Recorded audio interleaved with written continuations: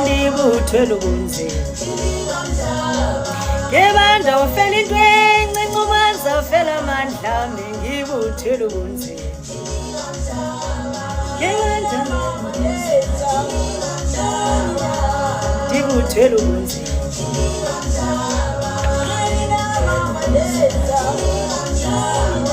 ndibuthwele ubunzima ngebanda ufela into encinci umanza ufela amandla ami ngibuthwele ubunzima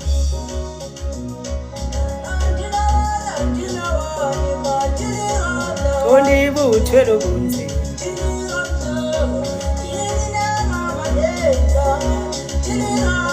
ndibuthwele ubunzima ngebanda ufela into encinci umanza ufela amandla ami ndibuthwele ubunzima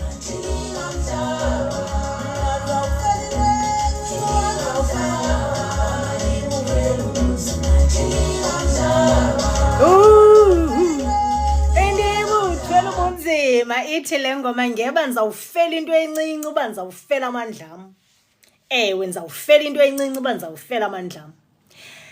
Nika abantu bam ithemba, part 35. Rhulumente asimanga siyaqhuba. Namhlanje sikunika abantu bam part 35 #impilo. Kubantu abandijoyinayo, welcome bantu benkosi, welcome. Ndiyicula ke ngoku le ngoma ngoba mna ndithe mos mna ingoma andiyiculi nje ndingayimameli kakuhle uba ithini into yayo. Ndifuna ukuva uba istory sale ngoma sithini. So ithi le ngoma ngeba ndizawufela into encinci uba ndizawufela amandla am. Ewe mna xa ndiza kulusa umntanam guys ndiphantse ndayifela into encinci. Mna lo ndiphantse ufa ndifela phana. Ewe hey emhlabeni kaThixo. Ndinixelela ngomhlaba kaThixo. Imane ke ndize nazo indaba. Manivele ndiyidlale kancinci le ngoma. While ndibanika ichance abanye abantu bajoyine bakhawulezise. Ngebanda ifela into encinci ubanza ufela amandla ami ndibuthwele ubunzima.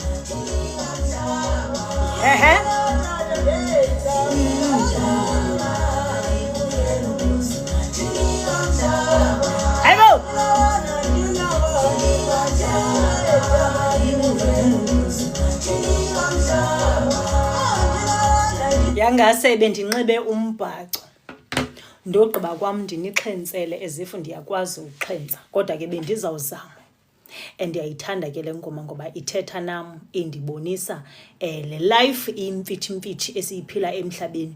Uthi uyazizamela kanti kukhona ababhizi bakhanda amayeza bafuna uqeda nyangawe. Abantu basemhlabeni abana peace, nditshilo akho peace kulo mhlaba.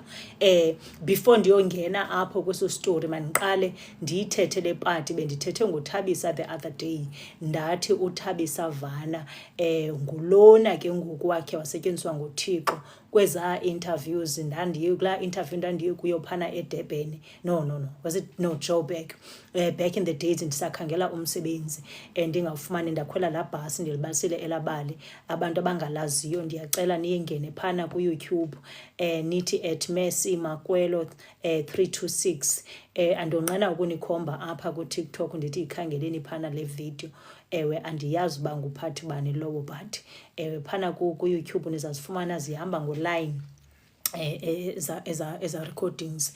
Uqala phana ku part 1 njengoba ke ngokuthi sifika namhlanje ku 35 oko ndandithetha abantu benkosi ndizichuba ezi zinto zindehleleyo emhlabeni ezifane ezinye zazo as much as ba umsebenzi wam more than anything else kukungqina ubuhle bukaThixo okwaziyo ukumanathi kwezo meko.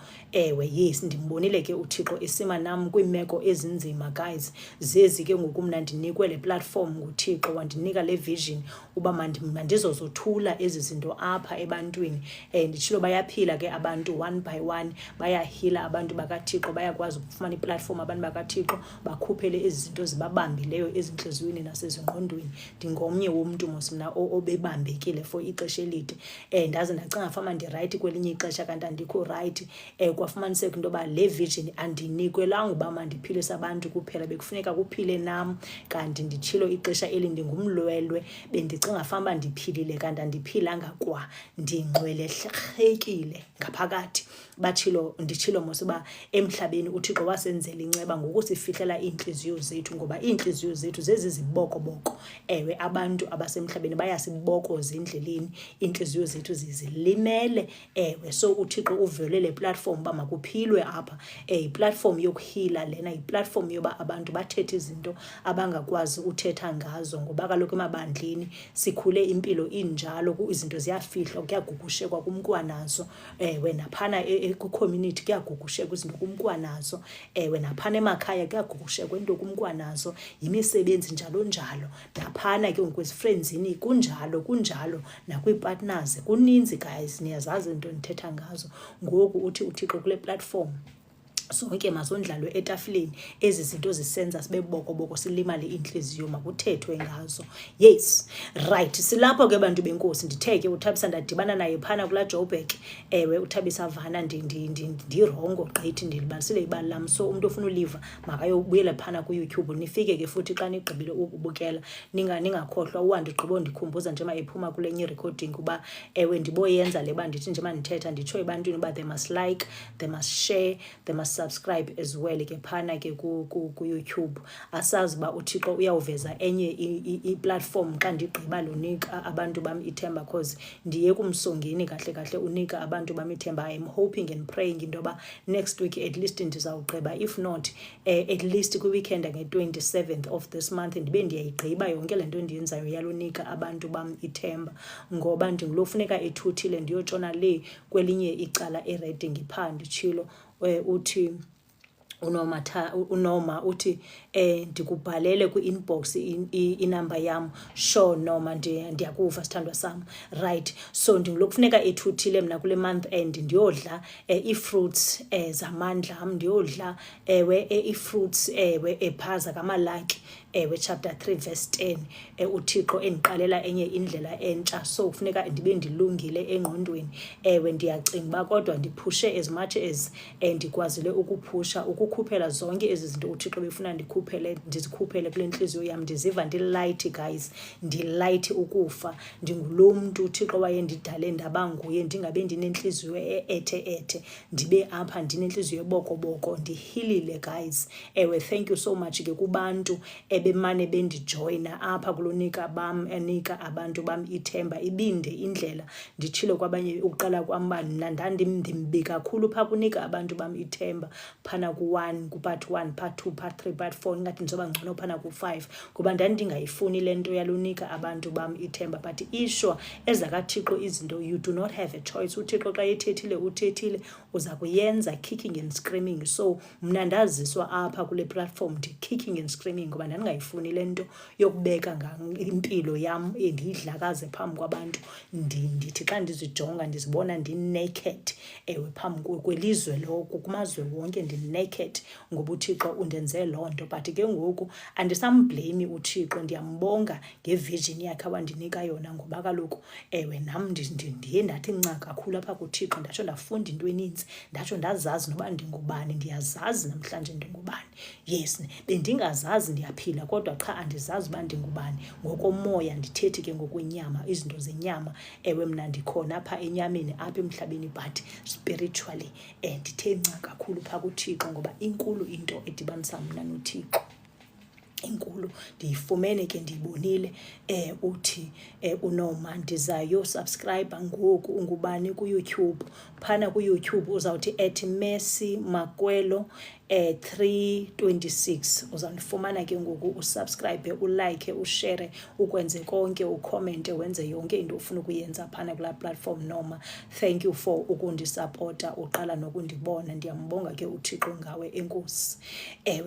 Yes, uThabisa ke ngoku wandibona phana guys, sa-exchange ndalibalisa ibali. So safika ke ngoku kule UK, andizoba sadwela into ende phana, bendikhe ndabhala ngestory sethu okanye sakhe phana nakoFacebook, ndayifaka naphana ndazi ndiyifakile naku-YouTube, yes, naku-WhatsApp bendisibalisile istory sakaThabisa. So uThabisa uzondinceda kanjani ke ngoku xa kufuneka kuluso mntanam? Ndithe mna ngoku bendiyokwenza i-graduation yam phana ngoJuni ndandifuna ukumolusa umntanam kwangela xesha ndiqonda uba ndifuna ukuzenza zonke ezi zinto ngexesha elinye ukuze ndingabe ndihlanu sonyuka ndiphinda ndibuya ndisiza eSouth Africa. Ewe ndatsho phana kulaa family uba ndingulo mna ke ngoku ubuyayo funeka ndenzele umntanam umgidi wakhe. Kwafumaniseka into yoba hayi ifemeli ayizingeni. Ewe kuyatshonwa kuyavelwa, niyazazi ke guys izinto zefemeli. Ndabe ndiqonda uba ke uba it's about money, imali ndinayo ikhona le mali ndiyiseyivile mos mna imali. Uba umntanam makoluke umntanam kukuphela kwakhe so bendifuna ukwenza sure umgidi wakhe ndiyawenzisisisa. Umntana womtshato ke mos lona nditshilo kuni. Ewe lo mntana womtshato umnye kukuphela kwakhe. Ndabe ndiqonda ndifuna ukuyenza ndingulo xa ndisenza into mna ndiyayenzisisisa. Bendifuna ke kumgidi umntanam ungabe uhlelelekile because kaloku umamakhe ungumntu wezinto ezinkulu. Now ifamily ke ngoku le yomtshato iyandibhokela ayizingeni. Alright, kuzawuthiwani ke ngoku. And ke ngoku ayo department yam nyhani ke leyana. Kwafuneka ke ndibuye umva ndikhawulezise. Ayo department yam. Mna ndingulo mos uthe ndathatha imali yam ndayivukuza ndayidla phana kulaa South Africa ndayiqeda nyangayo. Ndandiphethe over 100,000 ndayivuthulula yonke yaphela imali yam. Ndaqonda uba ke ezomgidi andizingeni ndingafakwa because kaloku bendikhona ndiredi ndizawukwenza umgidi umntana ndabaliselwa ke yonke laa nto ndandiyibaliselwa. And then ke ngoku ndabuya phana eSouth Africa ndazixela uba andiyi kwakuloo mgidi, ndikhalale kwaloo mgidi, andiyi kwalapho. Into endingazoyenza kube ndisiva kabuhlungu sendaphuma emtshatweni ndiphinde ndizova kabuhlungu sendingasekho kuwo ndaphambana ndaligeza. Ya ndabuya ke ngoku ndaziphilela ke ngoku mna impilo yam ndazixela uba eSouth Africa andibuyeli phana laa mgidi walaa mntana andiyi. So mna nomntanam ke sine-understanding ukufa, we talk about things. Ndamchazela mntanam these are the reasons ezizawundenza uba ndingabikho emgidini wakho, andizi apho mna. Mntanam ke ngoku understanding imeko zakowabo nomtshato owaphela ngendlela owaphela ngayo ayi-understandayo nayo. Savumelana uba andizoba khona phana mna. Ya conversation yam nomntanam leyo. Right.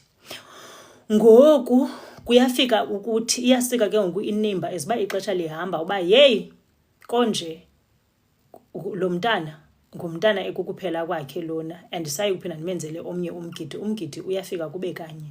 Uyafana nesingcwabo, isingcwabo siyafika kube kanye. Mandithini ke ngoku? Ndizincame ndiye ndingayi? Ndim ke ngoku lo ulwa noself, ndiyazibuza ndiyaziphendula. Kukhona ke uSabatha, umfundisi uSabatha apha kufanele uba uyandijoyina. Ndimgqibele esithi ke uyastrugglisha uba uzawungena kanjani.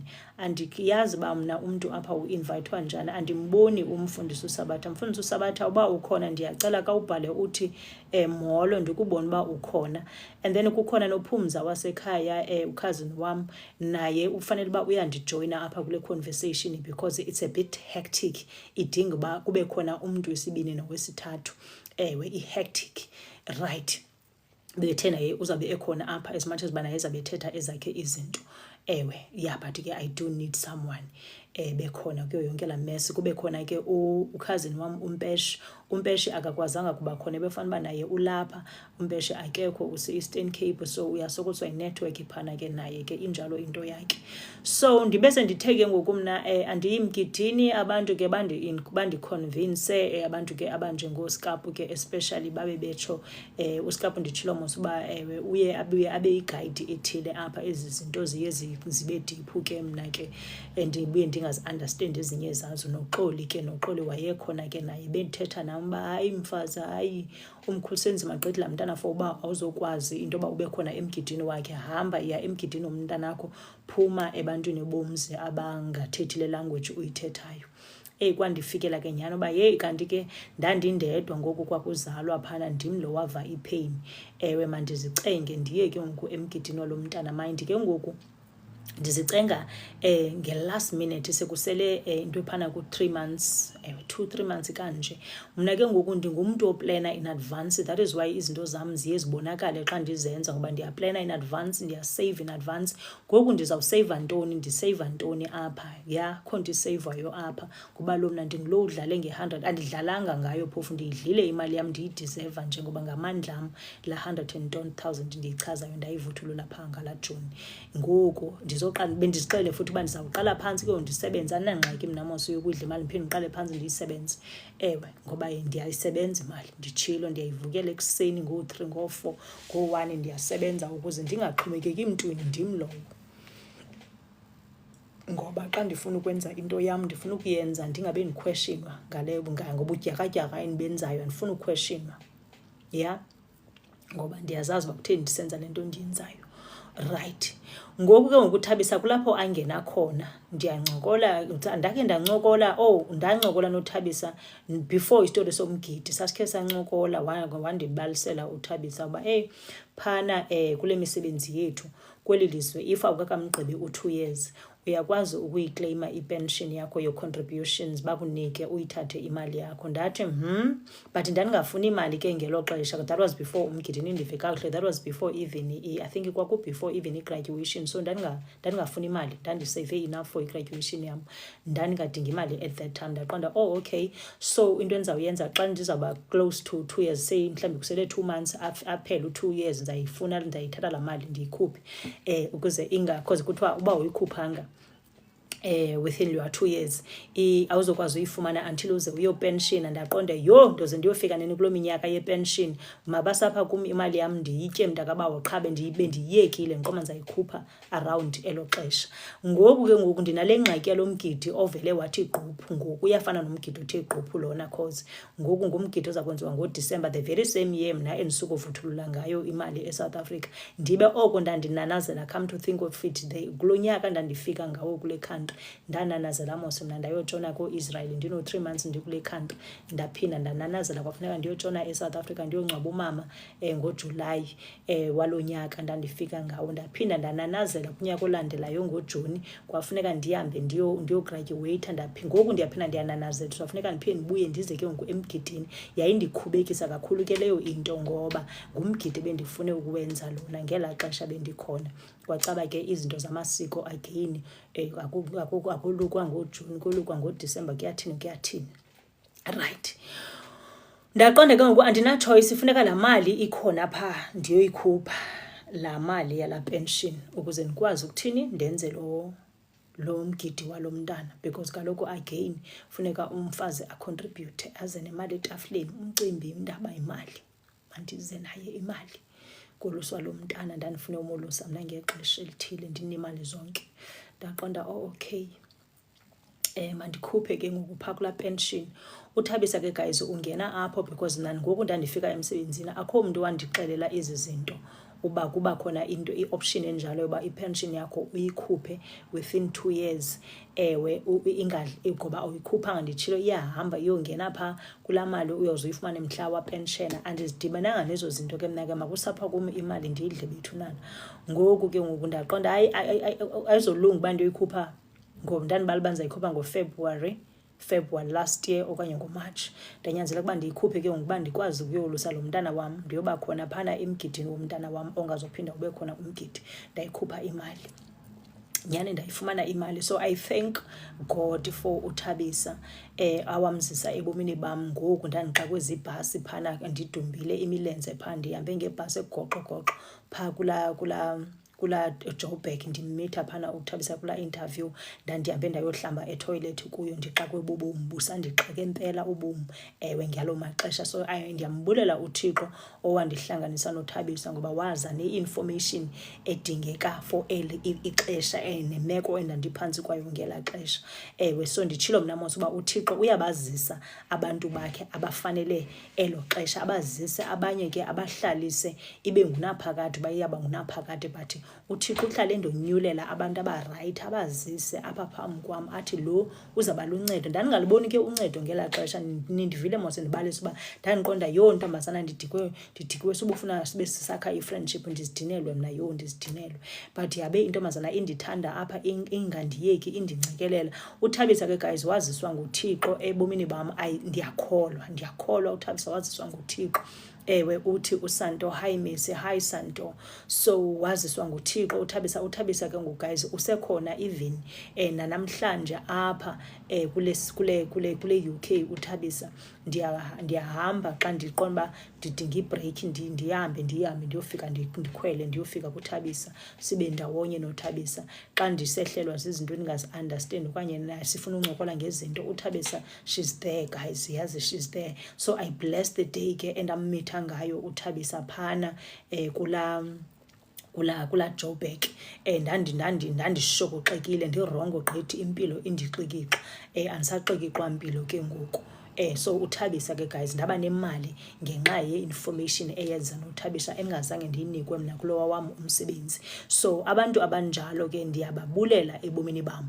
Thabisa uba ukhona, thank you so much sisi. Uba ukhona ubhale pha uthi ndikhona. Yes, ndiyakuphakamisa ke Thabisa namhlanje. YanguThixo inhliziyo yakunike yona ahambe nawe straight, ungayiphunguli ungasuki kuThixo. uThabisa ke guys usinsiwe, uyamthanda kakhulu uThixo, ngumuntu apha othobekileyo. Uthi uSanto, we missed you in Cape Town. Thank you Santo, ndiyanikhumbula nam. Mhlambe ndingabuya ngoDisemba, andazi, uThixo uyakuzibonela. Yes, ndinicheke ke xa ndithe ndabuya. Yes, right. uThabisa ke hlala unjalo ke Thabisa, ndimisa lo ndawo uba inhliziyo yakho ntombi intle. Ewe uyacaca uba waziswa nguThixo apha ebomini bam, ngoba mna ndibafuni abantu abanenhliziyo ezimbi eca ngobomi bam. Andibafuni abo bantu, mabahambele kude kum. Ya i-information abantu abayizisayo, umuntu angabi namona nge-information ezamnceda u-next person, ayikhulule i-information, ihambe i-information ayoyogcinwa uyenze ibe yakho qha uyibamba apha ku-heart. Xa uyazi into, you must share the information. Bafunda abantu, bafunda abantu. Uthi uSanto, I am so happy, God blessed you this much. Thank you Santo. Undizamile uThixo guys, undizamile. Undenzele la Thixo akadlalanga, and undithe mna undiphathela abantu bexesha bakhawulezise banditshintshele imeko yam, ngoba lokho uThixo akazokwehla nge-3, akasoze ndawulinda kubuye uYesu kwesibini. Ndawuhlala apha ndilinde kwesibini, but uThixo vele azisa abantu aba-right, abaza futhi nezinto ezi-right. Information ke guys, if une-information oyaziyo ingamnceda u-next person, be willing to share that information. It's not for you uba uyigcine kuwe. Abantu bakaThixo, help abantu bakaThixo nge-information kwenze ba bazovula amehlo, bavule ingqondo, basebenzise apho bakwazi usebenzisa khona. Uthi uNoma, hey abafunwa ndim abantu abanohili, enye into andinabo nam.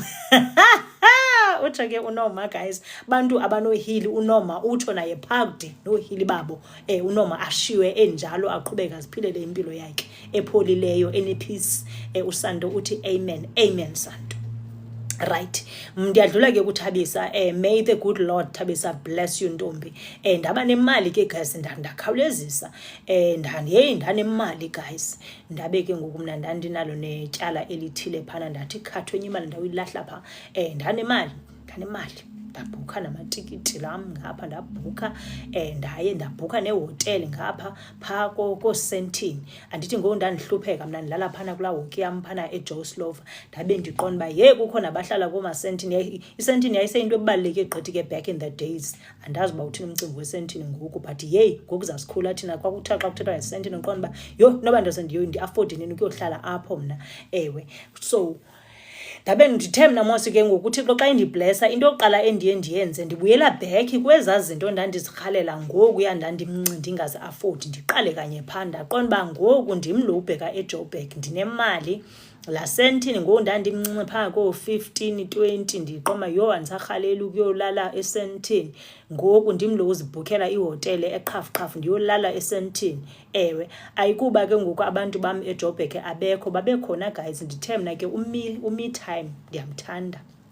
Self-love matters, self-care matters. Nditshilo xa ndibhala ezaa zinto phana, xa ndifaka ipost ndifaka oma-hashtag wam phana, andiphambenanga, ndithetha ngento endiyaziyo uba kufanele yenziwe.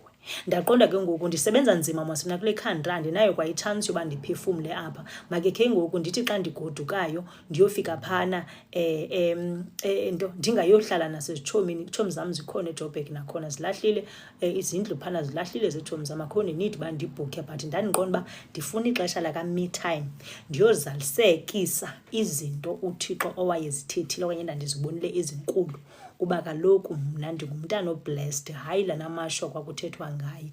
Xa ndifuna uyobhukha ihotele ndibhukhe ihotele le ndiyifunayo, ndihambe ndiyohlala khona ndedwa, akho ndoda, akho tshomi. Sometimes ndihamba ndedwa ngoba ndizalisekisa ezaa zinto ndandizibona okanye iminqweno yam eziba ndandikhula. Ndazibhukhela ndayohlala phaa, kuyaqhutywa ngapha kwelaa cala kuyalungiswa into zomgidi wakulo musa. Ndabe ndiqonda uba mna ke ngoku guys khange ndiyifumane impilo le yoba kuthiwa xa ngumama womntana uyathini, ndazi lwezibazana kuyashuqelwa kuyathwana zonke ezaa nto zenziwayo phaa. Ndithe mna imithetho andidibenanga nemithetho, andidibenanga nokuphila isiko, andizifuni zonke ezaa zinto ebomini bam, andizifuni. Mna ke ngoku ndingulo mama womntana ebenxiba phana ufika kwam kulaa hotele, ndinxiba izishoti zam, ndinxiba iziketi zam ezincinci, ndinxiba iswimwe zam, ndiphole apha ekopo. Ewe ndisho bakhona ke nababe sebeyivulela imilomo bepepereza besitsho uba hayi lona uzolusa umntana kanimjongeni unxiba njani kulaa Joburg, yewethu. Andiphili phantsi kwemithetho mna, nindijonge kakuhle. Andidibani nokuphila phantsi kwemithetho. Ndafika ndaphila impilo yam ngale ndlela ndiyibone nesensi ngakhona kum. Andithi abantu bane-decisions zabo nabo ngapha bazithathileyo ezingandifaki mna. Ndaqomba uba nam kabuphila le yenza isensi kuwe mntana enkosi. Ndatshona khona ndaba happy gqithi phana kulaa hotele, ndazola, ndapholelwa, ndava kamnandi, ndazalisekisa iminqweno yentliziyo yam. Kwakuhle moya wam. Yafika ke ngoku imini yomgidi ingazongafiki nje. Before ndiyofika apho ndahamba neetshomi zam ndayotshona koomaDurban kuqala, ndapholisa le yokucinga. Soze ndistreseke emtshatweni, ndizostreseka sendiphumile emtshatweni. Ndaqonda uba not kum. Ndayotshona eDurban kwiitshomi zam, ndafika phaa ndaphola ngale yokucinga, ndava kamnandi gqithi. Ndasuka phana ndahamba ndayohlala kuloo wandi phana eNtabankulu kuloo Trace, sagoduka sayohlala phaa. uChristmas ndayoyityela phaa kuloo Trace. Ndathandwa gqithi phana, ndaphathwa kakuhle kuloo Trace. Ndazazi uba ndingumntana phana. Nditshilo mos mna my second surname ndayi-adoptha isurname yakuloo wandi because bandinika bathi isurname yam nguGoduka, ndingowaphaa kuloo Trace nowandi. Ndafika phaa ndahlala ndaphola ngale yokucinga. Kuyalungiswa ngapha umntana ukhona phana ebakhwetheni. Ndabe ndiqhube yam into yam ngapha endivisa kamnandi nam. Kaloku andi-involvwa apha, kuyenziwa loo nto yenziwayo. Ndixelele izinto ezithile, ndaqonda good umntu makahambe ngale ndlela yenza isensi kuye, nam ndizabe ndiqhuba ngesensi yam kweli cala. Yeah, right. Kwafika ke ngoku sahamba sayotshona phi, saye Eastern Cape kuphi phana kooGatyana uwandi njengoba besitsho uba sadlula phana ekhaya kwamakhulu njalo njalo. Ewe sadlula sahamba sayohlala e-East London, sagrova, samnandi, sahappy, sabraya, sahappy gqithi. Ndithe mna mos ndingumntana ePeace, indawo enePeace ndiyahlala kuyo. Bakho Peace ndimka nesiqu sam, gone nesiqu sam. Nawusala nindikhangela, gone nesiqu sam. Peace number 1. Ewe sistrese kakhulu sibancinci, sistressiswa bubhanqa babantu basemhlabeni, bakufaka abantu basemhlabeni ebubhanqeni ngoba baphila ububhanqa, bafune nawe phila njengabo ububhanqa. Asoza ndizingeni, nothi ngoself. Yeah, ndafika ndonwaba gqithi ke guys phana, ndonwaba kwamnandi hori. Mfundisi uSabatha ndisakulindile, andikuboni uba uyangena okanye kwenzeka ntoni, andazi. Ndifuna ubhale phaa, bhala uthi ukhona, ndikubone uba ukhona. So sasuka ke ngoku yafika imini yomgidi. So apha ke ngoku bekukhona abefundisi bam baseBhayi, befundisi bam baseCape Town, befundisi bam bekubhizi. Kube khona ke neetshomi zam zonke koomaDurban njalo njalo, bazawufika ke nabo phana emgidini. Ndinirivesise kancinci before siyofika emgidini into eyenzekileyo. Ndithe mos mna ndingumphuphi mna, ndine-visions, ndineentoni, zonke izinto zilapha kum lo mntu uyi-1. Umntanam before ayoluka ndibone kakubi gqithi, ndibona amaphupha arongo, ii-visions ezirongo. Ndithe mos mna amagqwirha enza kanje, ewe namadimoni. Xa engandifumani mna njema ndingafumaneki nje, uThixo wayifaka le nto wayifaka phaa kum uba kungabikho lula uba igqwirha lizenzele apha ebomini bam okanye idimoni ndizenzele. Nditshilo mos amadimoni namagqwirha, ewe zonke ezaa zinto. Amadimoni ayikhe angqina entombazana yangapha eBhayi achaza uba le nto le bekhomba le nto indini, istrongo le nto ayifumaneki, bakhomba le nto indini. Nakasista wam amadimoni, laa sista wam wafayo nawo athetha izinto, achaza into yoba akukho lula ukufumana le nto, ndim le nto kuthethwa ngayo. So kwakufuneka ke ndisetyenzwe, ndingenwe ngusista wam, yabo. So just like uba xa ndisehlelwa zizinto kusetyenziswa the next person oclose kum, kuye kungenwe ngaye ukuze ndikwazi ufumaneka, ndim laa nto. Ndithe mna ndingulaa mntana ngondana 10 years, amagqwirha ezama ukundiba afeyila ngoba my grandmother was there, she protected me. Ndingulaa mntana wayebetha amagubu ezayo ndina 10 years. ndogqiba kwam ubetha amagqubu uThixo andithatha uyondibonisa amazwe. Ndim laa mntana. Ndingulaa mntana kuthiwa mna ndiyayikrasha le system yamagqirha, nowanda ndihlelwa zizinto ezibuhlungu enye emva kwenye kule zampilo bendiziphila, ngoba babebona kuzawuba khona ingxaki. Ndizama uninika i-background yalo mntana. Ndim laa mntana, ndiyadlula. Right, ndiwabonile ke ngula maphupha amabi apha ke, yeyi imbi into endandizibona, andizongena kuzo. Ndabuya ke ngoku mna ndakhontaktha ndathi phana kwigayidi yam, kukhona amaphupha amabi engawaboni kakuhle lo mntana uza koluka apha. Andigezelwa yifemeli yasemzini ayisuka.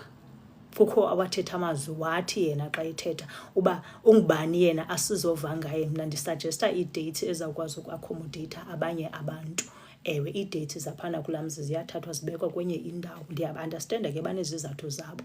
Ngoku mna lo, ewe, ndiyagezelwa phana kuthiwa ke ngoku, ewe, ngubhuti wakhona wandigezela watsho wathi phaa emntaneni nam akathethi komnye umntu, watsho emntaneni wam uba laa mama wakho angasiqheli kakubi asizova ngaye. Ya, ndigezeleke nditshatile, ndizogezeleka ndiphumile emtshatweni. Zizinto zemitshato ke ezo. Uba Thixo ndafika njani apha. Ya, ndathi ke ngoku mna okusalayo, Thixo wam ndiyazana naye, akho nidi uba ndiphendule izinto ezithethwa apha, mandithule ndithixwaka, ndihlala apha kuThixo. Ingako ke ndabona izinto, ndakhawulezisa ndabona izinto. Ngoku utata lona, utata wam lo, igayidi yam, wabesitsho uba xa bekuya ngokwam laa mntana ngengoluki, ngoba laa mntana ukufa kusembizeni. Andifumaneki mosiso, nditshilo xa ndingafumaneki ndibethwa phaa emntaneni, funeka kufe lo mntanam ke ngoku ndizawufumaneka, because kaloku ipain yokufa komntana, ewe, surely iyalimaza umzali. Azange ndafelwa mntana, but ndinepicture uba inoba umzali ofelwe umntana uyalimala kakubi. So yiyona ndlela ke mna bafuna ukundingena ngayo, njengoba becaba ndiyabohlula ngale nto uThixo awayifaka apha kum nam endingayaziyo uba yintoni na. Ngoku abefundisi bama ngenyawo, bathandaza nam, bama ngenyawo kuloo mathuba yaloo maphupha, nakuloo mathuba igayidi yam esithi makangoluswa lo mntana. Xa bekuya ngokwam ngeyekiswa lo mntana ngoluswa kubi. But ke ngeshwa asina-control because umntana akoluswa sithi, kwafuneka umntana yongena oluswe anyway. Qha thina sihlala edolweni, umsebenzi wethu lowo wayo kuhlala edolweni. Yes, ufikile ngokumini yomgidi. Finally, okube sithandaza into engapheli, bomntana makaphume ephila. Noba kwenzeke into na, because ayilo tyala lakamusa, lityala lam eli lifunwa apha kum ndingalaziyo uba tyala mni lo ufunwa apha kum ngamagqirha namadimoni naba bantu banejealous. Andazi kufunwa ntoni kum, kodwa iyafunwa le nto ifunwayo. Yes, right, ithe sajonge leyo ke ngoku. Kukho umfundisi uSabatha lo ndimkhangelayo apha ndingamboniyo, utshilo uba uyasokola ukungena. Nditshilo uba andiyazi uba mna le nto yenziwa njani xa ufuna uinvayitha umntu, and ndifuna ucofa izinto apha ndixakane nento imoshe ividiyo yam, andiyifuni loo nto. Mhlawumbi ke uyawujoyina ngenye imini mandibe ndichuba istori sam. So umfundisi uSabatha ke ndimazi kanjani? Ndimazi umfundisi uSabatha apha ndamazi kuFacebook. Sesizi-friends for ixesha ke. Right, ngenye imini ke umfundisi Sabatha uyandibhalela phaa ku-inbox asakhabuze, ungumama umfundisi? Ndithi mna no, andingumfundisi mna. Uthi no, ngekhe ndiva ukubetha kwizwe ngomlomo wakho okanye izinto ozibhalayo. Ewe, bayathanda ke abantu bacima ndingumfundisi. Umfundisi guys andinguye tu, andinguye umfundisi, mna ndiyi-prophet not umfundisi. Ewe, so sabana lo conversation ke kuqala. Kwenzekile ke ngosamane sincokola because kaloku sithethe ilanguage eyi-one, izinto zakaThixo ezisivanayo ngazo. Yes, ekuhambeni kwexesha ke ngoku kwafumaniseka into yoba yeyi apha kwamoya, ngoba naye ungumfundisi ecaleni uyiprofethi ke ngoku, naye unale gift ndinayo efanana, yigift efanana, ayiqhelekanga. So xa simane sincokola ndithe ngoku ndandina-10 ndagqibela ngelaa xesha ndandikhe ndiphume kwinyama ndibe kwispirit. Abantu abaninzi abazondiva noba ndithini, ayingako ndingasoze ndidwele nodwela kule conversation, but ndazodibana nomnye umntu njengam ke ngoku ocaba naye wakhe waphuma kwinyama wadibana nospirit. Yilanguage enga-understandekiyo ke le. Surely ngoku inoba ngathi ndithetha izilwimi, ngoba nam zizinto ezandothusayo ezi. kwenzeka ke ngoku sadibana nalo mfundisi kwispirit, but it's like kuyenzeka ukunyama, it's like hey andiyazi ndizayichaza njani, but kwenzeka guys sadibana 2 times. Siyaxoxa ngeThixo siphele siba kusidibane, kodwa sidibane useKapa ndilapha eUK. To a point yoba ngelinye ilanga sithetha ngezambatho zam, ndizama uprova le nto uba yeyi yintoni le nto eyenzekayo apha, ndizama uyiprova le nto. Ndithetha ngomcimbi wezambatho zam, ndiyanxiba mos mna xa ndithandaza, not all the time, only xa kunyanzelekile. Ndinesambatho esimhlophe, ndineqhiya eblue, only xa kunyanzelekile, andinxibi ezo nto oko.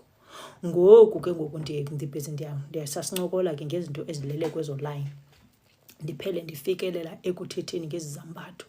Abethi ewe ndiyazibona izambatho zakho, ewe nazi izambatho zakho phezu kwebhedi, ndabe ndiqonda hayi ke.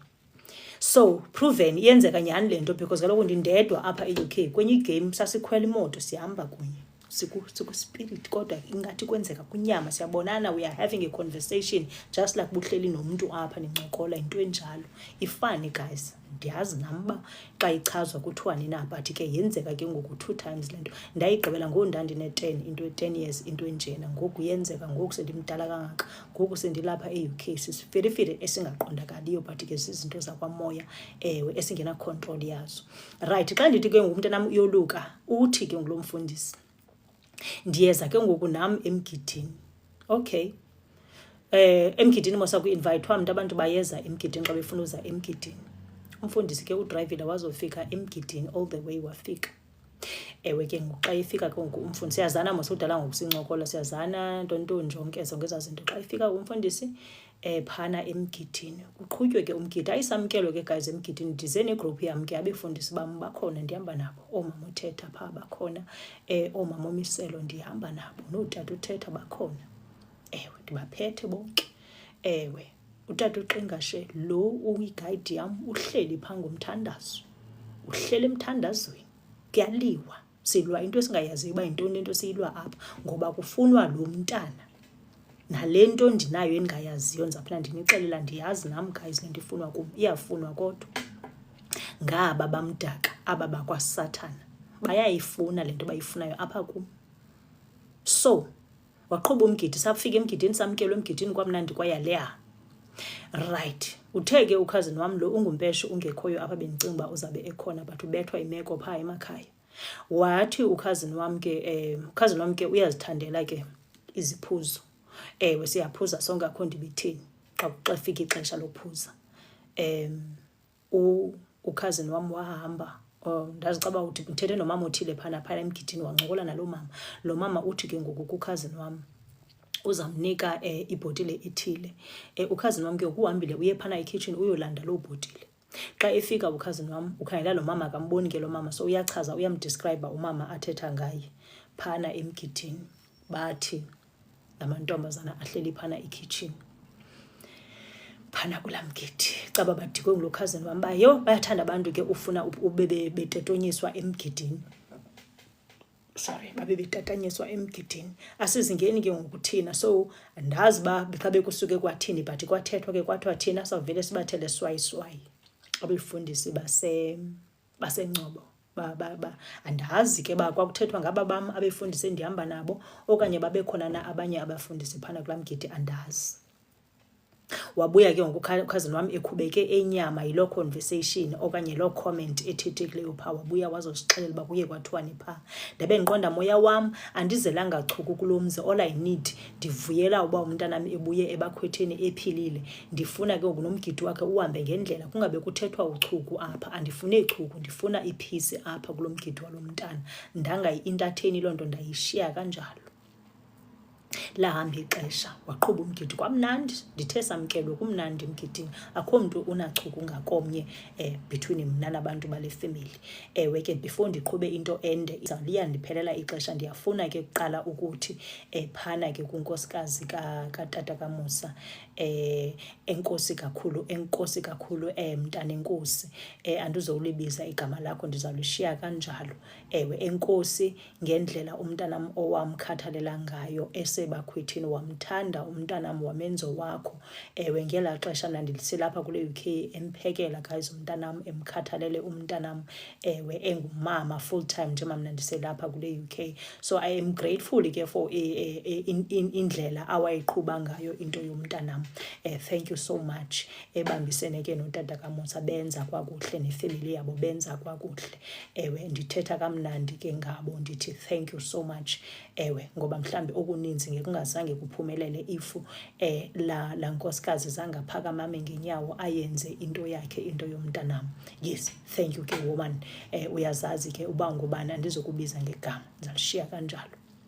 Right, so liqhubeke ke ixesha ke guys apha emgidini, kumnandi kuyaleya. So kufikela ixesha kuthiwe kuzokwenziwa ntoni ke ngoku, amabele entombi. Andisazi ke isiXhosa ke guys, manje ndiyasithanda isiXhosa but izinto ezideep when it comes to izinto zamasiko nentoni andiunderstand izinto ezininzi. Kufike kunkwela xesha loba kuzokwenziwa lo mabele entombi, andiyazi kwaloo nto lamabele entombi, andiyazi, ndiyaqala kuyiva yonke le nto mna. Fine, kube mnandi ke emgidini, kwenziwa le party, kwenziwe nyani, kube kuhle guys. Ayenziwanga immediately because umntanam ke kwacaba ebengene nabanye abantwana baphana ekuhlaleni. So ngabantwana babengene bebayi-4, so umgidi bekungube kuhanjwa kuncuncalazwa, kuthiwe kuphaa kulo mzi kube kuphaa, kwaphela kudileya izinto. Umgidi umntanam ke yayingudyakadyaka, kwakukhona konke izinto ezazifuneka. Ewe, phana ke kulo musa futhi ke izinto zenziwa ngokwesiXhosa. Xhosa esiyasokuqala, isiXhosa sakuqala kwakwenziwa ngaloo ndlela ke laa mgidi. Yayingeyo laa mgidi uflashayo neentento neebhaloni neentonto, no, yayingumgidi wesiXhosa lokuqala, ngamaXhosa masabantu baphana. Mna nje mabathi xa bendibiza ndiligqobho kasobona ngamaXhosa lawa wokuqala futhi. So bawuqhuba ke umgidi womntana ngaloyo ndlela. Sonke ke bantu babesuka kwiindawo zonke, sasisothuka ba okay, kwenziwa kanje apha. As much as basibamnyama sonke but siyaqala uyibona le ndlela yokwenza. Safunda ke guys phana kulaa mgidi into eninzi. Right, ke ngothe sajonge leyo, kwacaba la mabele entombi azanziwa selitshonile ilanga, sekulate. As a result uWandi ugcina no Stephen bahamba, because kwaqala nonetha kusithiwa nendlela izabamanzi abakutyikitye njalo njalo, baphela bemka ke basishiya kanjalo. Kwacaba mna ndizokwazi uhamba lo kanosuka all the way from UK ndize lo mgidi umntanam ndushiye phakathi, sofuna ndilinde kugqitywe yonke le nto yenziwayo apha. Right, umfundisi ke ngoku uSabatha sihle amuthetha baye bemka, mosomfundisi uthetha bemka, umfundisi umiselo bemka, sasala ke ngoku thina negroup yam no-cousin bam. Into eyenzekileyo ke ngoku kwaqala kwanetha, kwafuneka kungene kule ndlu umntu wonke. Xa singena sonke kule ndlu, ewe, kuyaselwa mos apha kusemgidini apha, ni-understand, kuyaselwa kusemgidini apha, ngumgidi lo, kwaselwa kwamnandi emgidini. Qha ndithe mna kuni ke xa ndisela mna ndisela ndithe bakarapha, ndithe qwa funa ndigade kwenzeka ntoni apha. Ndisela nje uba kuthiwa kuyaselwa, nanto isininzi setywaleni ndiyasela, uba ndihambise ilanga nanto enamandla etywaleni ndiyasela moment. Qha ndithe qwa ndigadile, sikhiphane la. Benzana babantu, bathetha language aba bantu, ndicoshe ndifunde ndicoshe njalo njalo, ndithilo mos ndenza loo nto. Ungandibona niphakathi phaa emanxileni, ndithe qwa ndiyazazi ndenzani. Right, kuthe sajonge leyo, umfundisi caba ke ngoku naye uye waziselela kaloku izinto eziselwayo. Into yoba ube ngumfundisi ayithi loo nto ugwetyiwe wena awuzokwazi ukuzisela izinto eziselayo. Khona ke iinkonzo ezizamkelayo izinto ezinjalo. Nditshilo e-UK enkonzweni yam nakutyiwa phakathi, umfundisi walapha enkonzweni uyayinxiba ikhola yakhe emhlophe, enxibe izambatho zakhe, yonke into.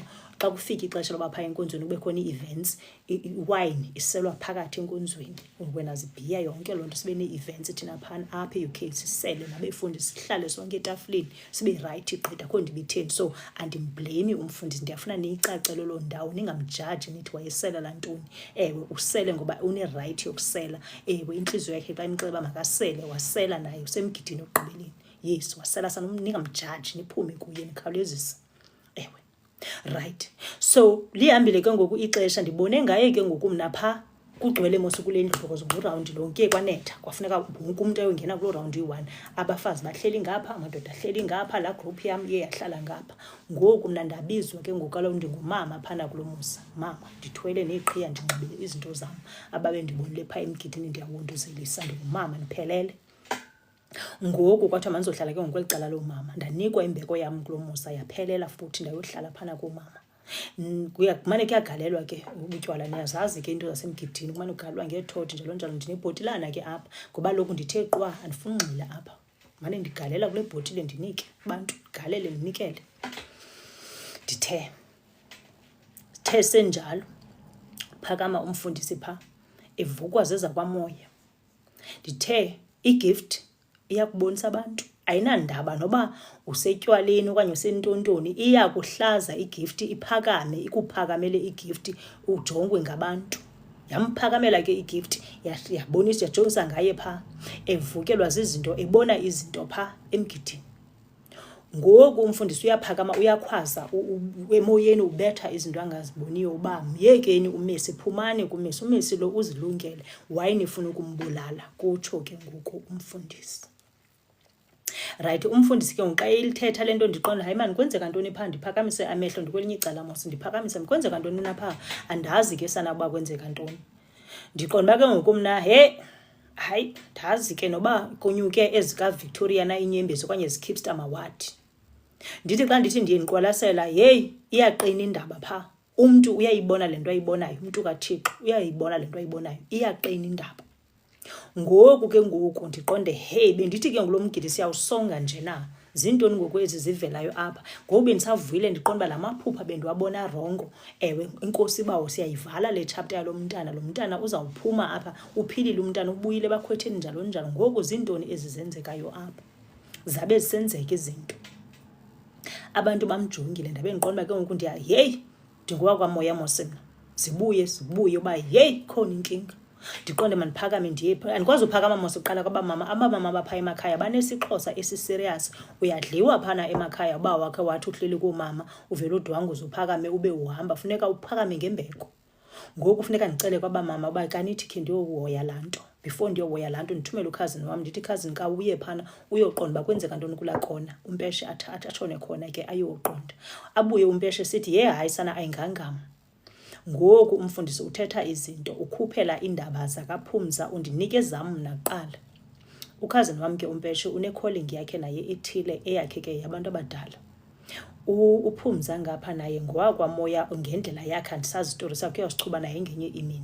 UPhumza ubuye egula, uPhumza bekufanele uba ulapha. UPhumza ngulo wayehlala eIsrael kwabangamaziyo iminyaka. UPhumza ngulo undenze ndakwazi, uThixo asebenzise yena uze ndikwazi uyofika engcwabeni lakaYesu, ndikwazi uyofika nalapho uYesu wayezalelwe khona, ndikwazi noyobamba kulaa ndawo uYesu le ndithi iyabanda ithi nkci. Abantu abangalaziyo elobali, buyelani kwakhona ku-YouTube, ningene phana nithi @Messi Makwelo 326. Andiyazi uba yeyiphi loo recording, zininzi ii-recordings eziphana, but ukuze ulilandele ibali lam ke kuzawufuneka uliqale ku-part 1 unyuke nalo siku-35 namhlanje, uziphixesha nje. Into emnandi ke guys ngonika abantu bam ithemba, ayovidiyo lena, kufuneka uhlale ubukele. Uyakwazi ngoku udrayivayo usiya emsebenzini okanye ubhizi uklina apha endlini, ufake phaa umamele, ngoba indaba funeka uve ngendlebe, akho nidi ubundijonge ebusweni.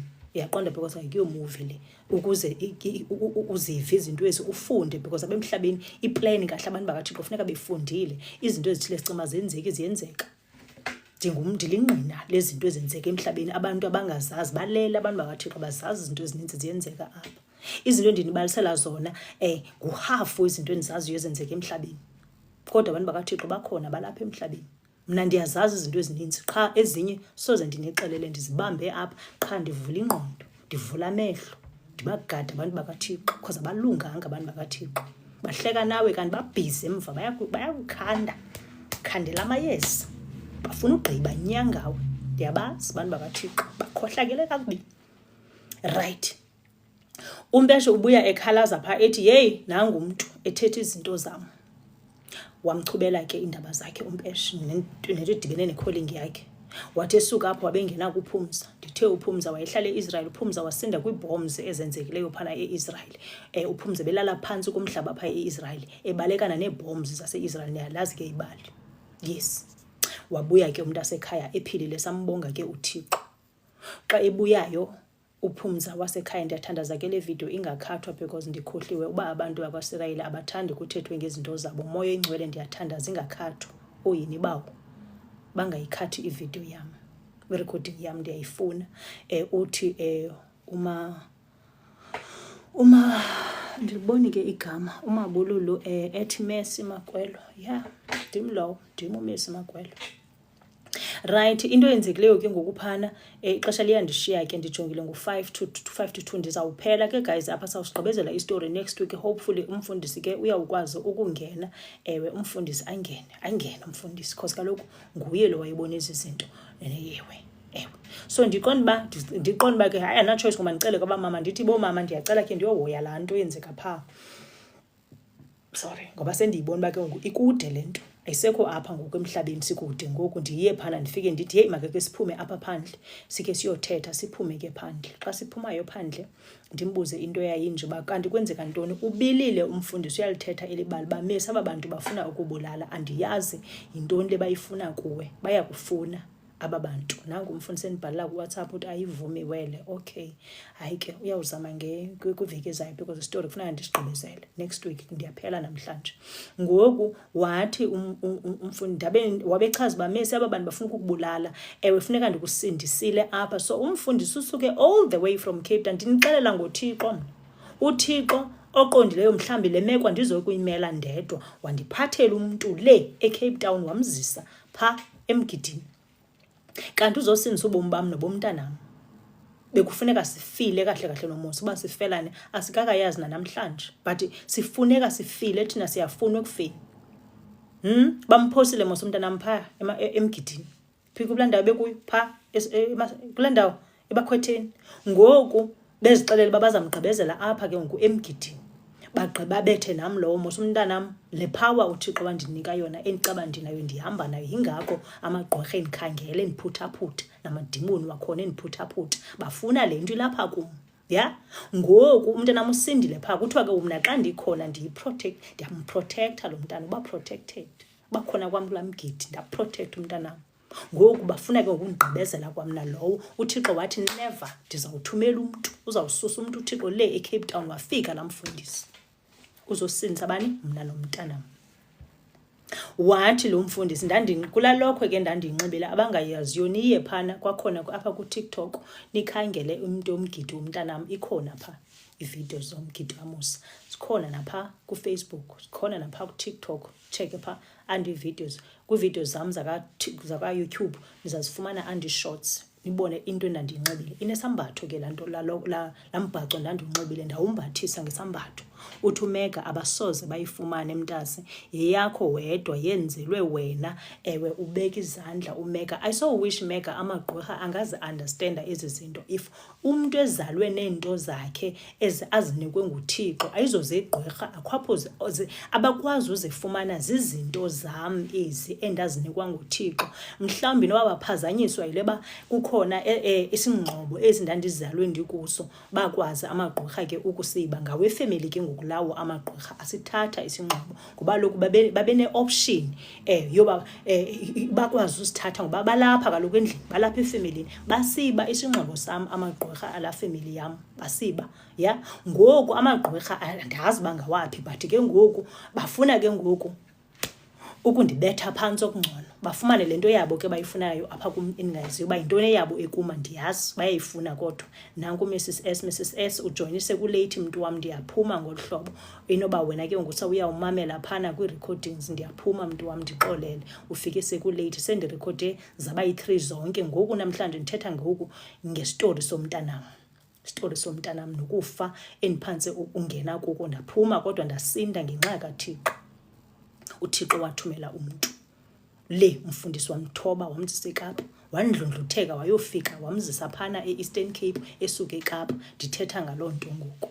Ndizawuligqibezela ke elibali next week. Umfundisi uthi akakwazi ungena ngoba funeka engenile umfundisi, sisigqibezele esi story kunye nomfundisi. Lide ibali guys lamagqirha namadimoni, lide ibali lam lokusinda kwam ekufeni phaa kulaa mgidi umntanam. Ndiza kuligqibezela kule veki zayo, ndizaligqibezela. Enkosi ngoku ndijoyina. uThixo abe luncedo, uThixo abe nani. Thank you so much for ukuhlala nam le full 3 hours abe bekhona ke lonke elixesha bekukuninzi. Uthi Mega, have a blessed Sunday. Mercy, we love you. Thank you honey, I love you too. Ndimkile ke guys, bye now.